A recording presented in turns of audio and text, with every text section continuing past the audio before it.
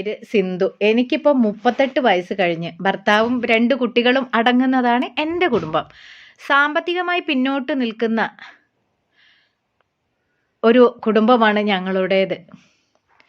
ഭർത്താവ് കൂലിപ്പണിക്ക് പോയാണ് കുടുംബം മുന്നോട്ട് കൊണ്ടുപോകുന്നത്. ഇപ്പോഴത്തെ ഈ ഒരു സാഹചര്യത്തിൽ ഒരാളുടെ ജോലി കൊണ്ട് മാത്രം ജീവിച്ചു പോകാൻ പാടാണ്. അതിനാൽ ഞാൻ കൂടെ പണിക്ക് പോകാൻ തീരുമാനിച്ചു. ഞാൻ അത്യാവശ്യം സുന്ദരിയാണ്. വെളുത്ത തുടുത്ത ശരീരമാണ് എൻ്റേത്. അത്യാവശ്യം വേണ്ട എല്ലാ അവയവങ്ങളും എനിക്കുണ്ട്. ആര് കണ്ടാലും ഒന്ന് എന്നെ നോക്കിപ്പോ. കെട്ടിയോൻ ഇതുവരെ എന്നെ പണിക്ക് വിട്ടിട്ടില്ല. എൻ്റെ സൗന്ദര്യമൊക്കെ നഷ്ടപ്പെടുമെന്ന് പുള്ളി വിചാരിച്ചു. പക്ഷേ ഇങ്ങനെയൊരു സാഹചര്യത്തിൽ പോകാതിരിക്കാനും പറ്റുന്നില്ല. ഞാൻ കൂടെ പണിക്ക് പോകണമെന്ന് സോമൻ ചേട്ടനോട് പറഞ്ഞപ്പോൾ ആദ്യമൊക്കെ വിസമ്മതിച്ചെങ്കിലും പിന്നീട് മനസ്സോടെ അദ്ദേഹം സമ്മതിച്ചു. ഞാൻ പണി അന്വേഷിക്കാൻ തുടങ്ങി. എനിക്ക് അത്യാവശ്യം റബ്ബർ വെട്ടാൻ അറിയാമായിരുന്നു. അതിനാൽ അധികം ബുദ്ധിമുട്ടേണ്ടി വന്നില്ല. ജോസ് മുതലാളിയുടെ തോട്ടത്തിൽ റബ്ബർ വെട്ടുപണി കിട്ടി. ഇനിയാണ് എൻ്റെ കഥകൾ തുടങ്ങുന്നത്. ജോസ് മുതലാളിയുടെ തോട്ടത്തിൽ വെട്ടാൻ പോയ ഒരു പ്രശ്നമുണ്ട് കേട്ടോ. അവിടുത്തെ സ്ത്രീകളൊക്കെ ലുങ്കിയും ബ്ലൗസും ധരിക്കണം. ഞാനാണെങ്കിൽ ഇതുവരെ അത് ധരിച്ചിട്ടുമില്ല. ഏതായാലും ഒരു പണി കിട്ടിയതല്ലേ. മനസ്സോടെ ഞാൻ ആദ്യത്തെ ദിവസം ലുങ്കിയും ബ്ലൗസും കൊടുത്ത് റബ്ബർ വെട്ടാൻ പോയി. ബ്ലൗസ് തയ്പ്പിച്ചതാണെങ്കിൽ കുറച്ച് ഇറുകിപ്പോയിരുന്നു. എങ്ങനെയെങ്കിലും അത് ഒപ്പിച്ച് ഇട്ടുകൊണ്ട് പോയി. പുലർച്ചെ തന്നെ വെട്ടാൻ പോണം, എന്നാലേ പാല് കിട്ടുള്ളൂ. ആദ്യത്തെ ദിവസം ആയതിനാൽ ഒരു ആവേശത്തിൽ വേഗം പണിയെടുത്തു. എൻ്റെ വെട്ട് ബാക്കിയുള്ളവരെയൊക്കെ അപേക്ഷിച്ച് നേരത്തെ തീർന്നു. ഇനി പാലെടുത്ത ഇന്നത്തെ പണി തീർന്നു. ഞാൻ രാവിലത്തെ കാപ്പി കുടിക്കാൻ ഇരുന്നപ്പോഴാണ് ജോസ് മുതലാളി അങ്ങോട്ട് വന്നത്. അദ്ദേഹത്തെ പറ്റി കേട്ടിട്ടുണ്ടെങ്കിലും കണ്ടിട്ടില്ല. കാണാൻ ഇത്രയും സൗന്ദര്യമുള്ള ഒരാളെ ഞാൻ ഈ പരിസരത്ത് കണ്ടിട്ടില്ല. ജോസ് മുതലാളി എന്ന് കേട്ടപ്പോൾ ഞാൻ വിചാരിച്ചത് ഒരു 60 വയസ്സുള്ള ആളാകുമെന്നായിരുന്നു. പക്ഷേ ഇതൊരു 45 വയസ്സുള്ള ഒരാൾ. ഞാൻ അറിയാതെ അയാളെ നോക്കി നിന്നു. അയാൾ എന്നോട് ചോദിച്ചു. പണിയൊക്കെ നേരത്തെ കഴിഞ്ഞു. ഞാൻ പുള്ളിയെ കണ്ട് അന്തം വിട്ട് നിൽക്കുകയായതിനാൽ ചോദ്യം ഞാൻ ശ്രദ്ധിച്ചില്ല. അദ്ദേഹം ചോദ്യം വീണ്ടും ആവർത്തിച്ചു. ഞാൻ പെട്ടെന്ന് ഞെട്ടിയിട്ട് പറഞ്ഞു, നേരത്തെ തീർന്നു മുതലാളി. ജോസ് മുതലാളി വീണ്ടും സംസാരിക്കാൻ തുടങ്ങി. ഇവിടെ പണിക്ക് വന്നതിൽ ഏറ്റവും സുന്ദരി നീയാണ് കേട്ടോ. ഞാൻ എന്തെന്നില്ലാത്ത സന്തോഷത്തിലായി. സോമൻ ചേട്ടൻ പോലും എൻ്റെ മുഖത്ത് നോക്കി എന്നോട് ഞാൻ സുന്ദരിയാണെന്ന് ഇതുവരെയും പറഞ്ഞിട്ടില്ലേ. ആദ്യമായാണ് എനിക്ക് ഇങ്ങനെ ഒരു അനുഭവം. ഞാൻ വേറെ ഏതോ ലോകത്തായി. കുറച്ചു നേരം കൂടി മുതലാളി സംസാരിച്ചിട്ട് അങ്ങ് പോയി. മുതലാളി പക്ഷെ പറഞ്ഞത് എന്നെ വിട്ടുപോയില്ല. ഞാൻ ആദ്യ ദിവസം തന്നെ തോട്ടത്തിലെ പണി ഇഷ്ടപ്പെടാൻ തുടങ്ങി. എൻ്റെ കുടുംബത്തെക്കുറിച്ച് ചിന്തിക്കുന്നതിലും കൂടുതൽ ജോസ് മുതലാളിയെക്കുറിച്ച് ചിന്തിക്കാൻ തുടങ്ങി. അടുത്ത ദിവസം പണിക്ക് പോകുന്ന സമയമാകാൻ ഞാൻ കാത്തിരിക്കാൻ തുടങ്ങി.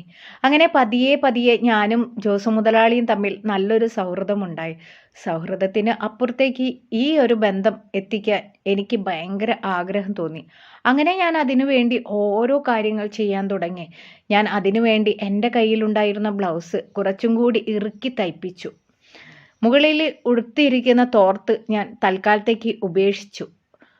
കൂടുതൽ കാണിക്കുന്ന രീതിയിൽ ലുങ്കിയും ബ്ലൗസും ഉടുത്ത് അന്നത്തെ ദിവസം ഞാൻ നേരത്തെ പണിക്കെത്തി. രാവിലെ തന്നെ റബ്ബർ വെട്ട് കഴിഞ്ഞു.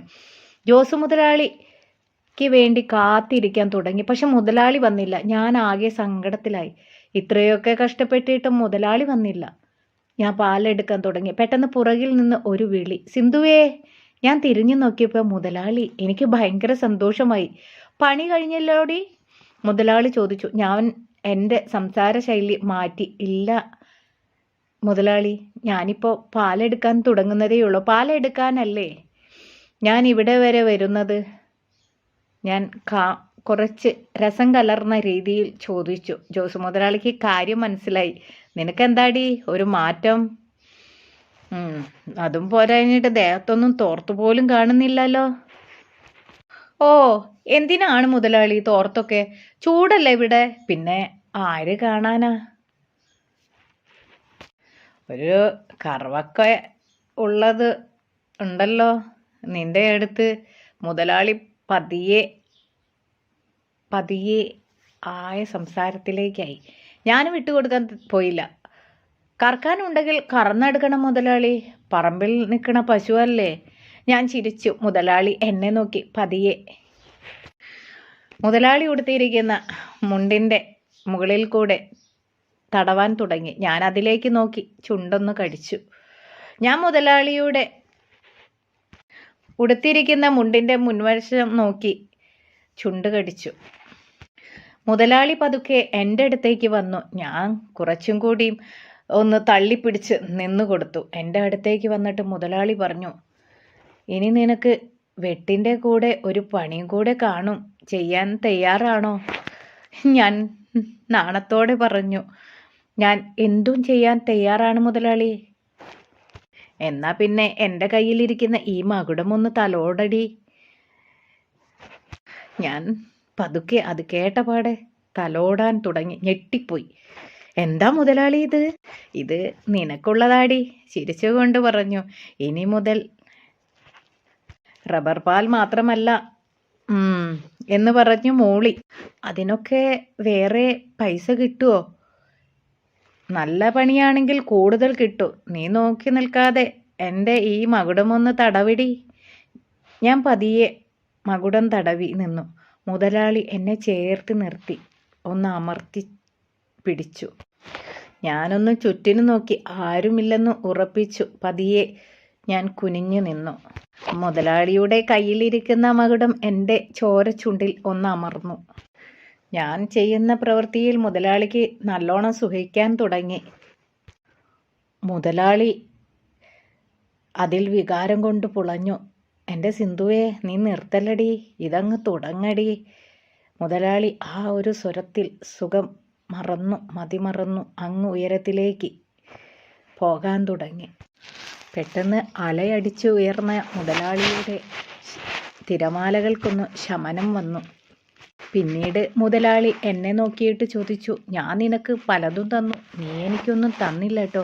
തരാം മുതലാളി, ഇവിടെ ഇപ്പോൾ എങ്ങനെയാ? ശരി, അടുത്ത ആഴ്ച മുതൽ നിനക്ക് 5 മണിവരെ പണിയുണ്ട്, കേട്ടല്ലോ.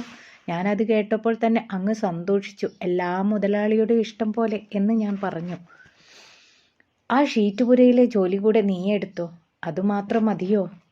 ഞാനൊരു നാണത്തോടെ ചോദിച്ചു. അതൊക്കെ വഴിയെ പറയടി. അപ്പോൾ നാളെ മുതലാളി വരുമോ? വരാം. നീ എന്തെങ്കിലും എനിക്ക് തരുമോ? നോക്കട്ടെ, തരാൻ പറ്റുമെന്ന്. അതും പറഞ്ഞ് എൻ്റെ നോട്ടത്തിൽ മുതലാളി ഒന്ന് ചിരിച്ചു. ഏതായാലും ഷീറ്റുപുരയിൽ നിന്റെ ജോലി ആവണമെങ്കിൽ അടുത്ത ആഴ്ച ആവും.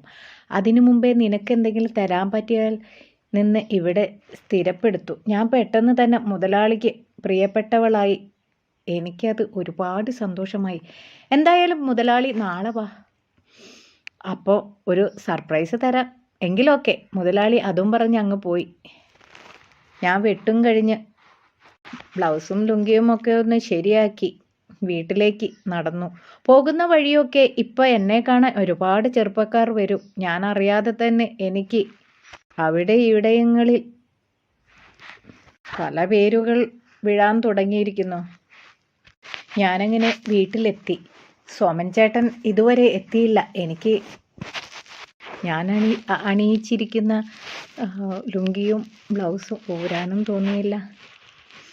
ആ ലുങ്കിയും ബ്ലൗസും ഞാൻ ഒരുപാട് ഇഷ്ടപ്പെടാൻ തുടങ്ങി. എൻ്റെ ശരീരത്തെ അത് മനോഹരമാക്കുന്നത് പോലെ തോന്നി. സോമൻ ചേട്ടൻ പണി കഴിഞ്ഞു എത്തി. നീ ഇതുവരെ ഈ വേഷം മാറ്റിയില്ലേ? കുളിച്ചില്ലേ? നല്ല നാറ്റം ഉണ്ടല്ലോ. ഓ, ഇനി വയ്യ ചേട്ടാ, രാവിലെ എഴുന്നേറ്റ് പോകേണ്ടതല്ലേ, ഇനി കുളിക്കാൻ വയ്യ. പിന്നെ വീട് പണി ചെയ്യാനും ഇതാ നല്ലത്. ആ ശരിയാ, എന്നാലും കുളിക്കാമായിരുന്നു നിനക്ക്. മടിയായി. റബ്ബർ കറയുടെയും ഒറ്റപ്പാലിൻ്റെയും